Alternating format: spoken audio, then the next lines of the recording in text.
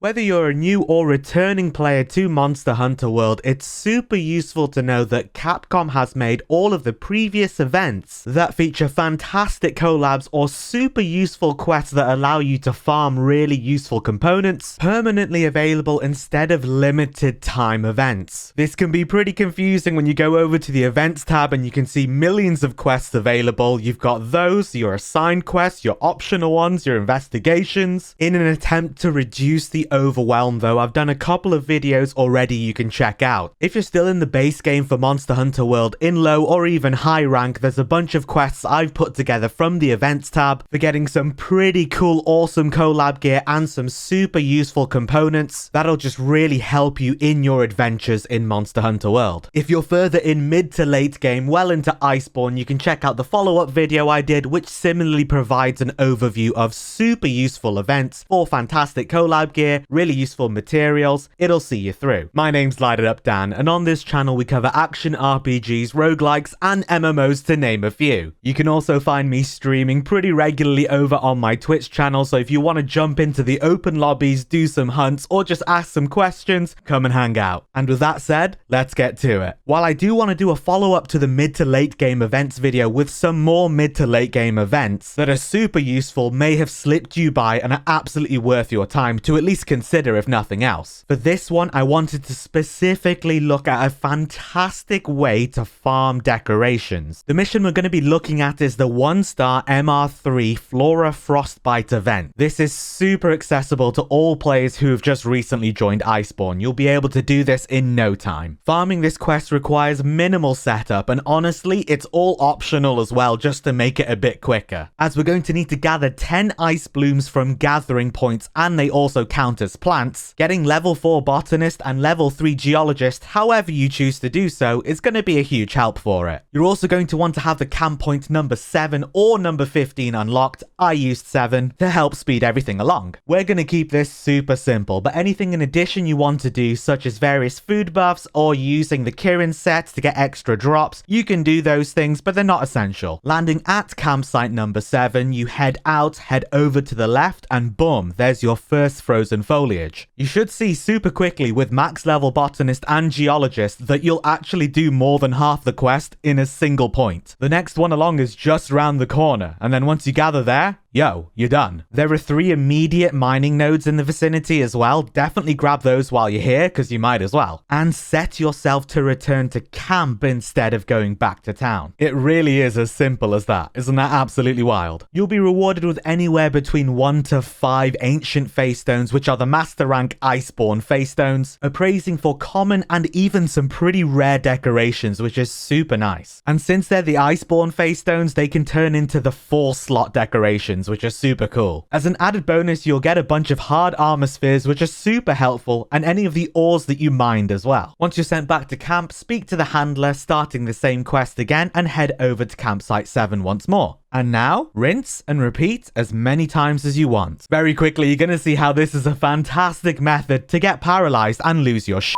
And of course, farm yourself a bunch of super useful decorations. Be mindful that by completing these quests rapidly like this, you're going to, well, be completing quests rapidly. So don't forget to go back every few missions to check on your harvest box, and your natural fuel reserves on Steamworks is going to fill up pretty fast. Plus, from all the mining nodes, you'll get a bunch of additional fuel too. Also, whilst ancient face stones don't give you access to all of the decorations that you might be interested in, it is a really accessible way to get access to a lot of decorations very quickly at a very low MR. You might be in the situation that I'm in, where I started a new character and my HR isn't super high, meaning I can't do the Hunter rank 50 quests like the Greatest Jagras. However, as both your HR and MR increase, you will have access to more of these events, giving you more flexibility and additional options. Hopefully this has been helpful. Let me know if you've got any other alternate quests that you like to do to farm decorations, and let me know how you get on in the comments below. If you enjoyed the video, you can subscribe for more action RPGs, roguelikes, and MMOs, and come check out the live streams over on Twitch where we have open lobbies and just have a super good time. But until next time, I'll see you in the new world.